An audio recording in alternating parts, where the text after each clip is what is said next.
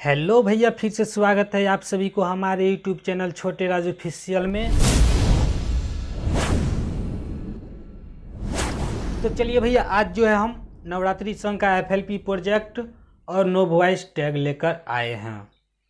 Song का नाम है सब केहू करता पूजनमा हो, आई गए नवमी के दिनमा हो। बहुत ही अच्छा सॉन्ग है। और सिंगर का नाम जानते हैं आप लोग भैया? नहीं जानते हैं? ये गाना जो है हम खुद गाए हैं। ये जो गाना जो है इस ट्रैक पे है, करे चोई चोई, यही ट्रैक पे है।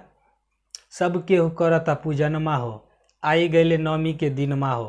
तो सिंगर का नाम है भैया छोटे राज। सिंगर का नाम है भैया छोटे राज। तो भैया आप लोग जो है देखिएगा कि कैसा डीजे रिमिक्स हुआ है। और हाँ भैया, पैटर्न जो है आप लोग देख लीजिएगा।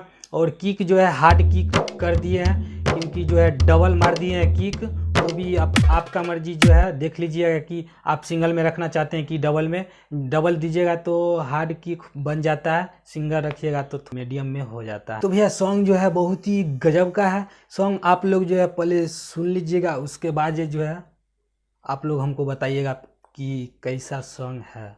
कि आप लोग भैया जो है हमारे इस वीडियो को भी एक लाइक कर दीजिएगा। अगर आप लोग हमारे अभी चैनल पर नए हैं तो हमारे चैनल को सब्सक्राइब कर दीजिएगा और बेल आइकन को दबा दीजिएगा।